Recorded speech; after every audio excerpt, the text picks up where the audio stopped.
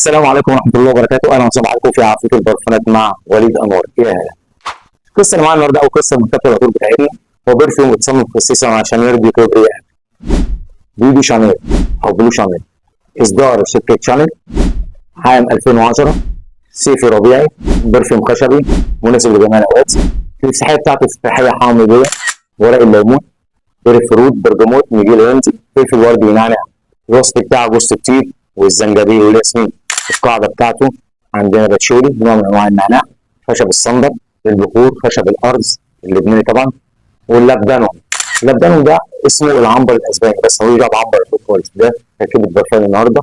ما تنساش تشترك في القناه واللايك وخمسه وراجع.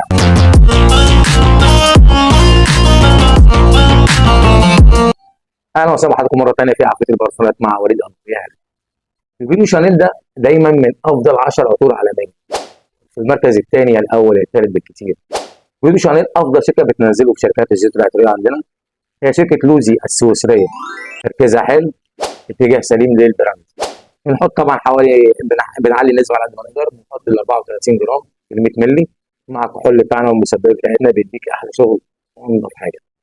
كده نكون وصلنا لنهايه الفيديو. ما تنساش الاشتراك في القناه واللايك، ولا نلتقي والسلام عليكم ورحمه الله وبركاته.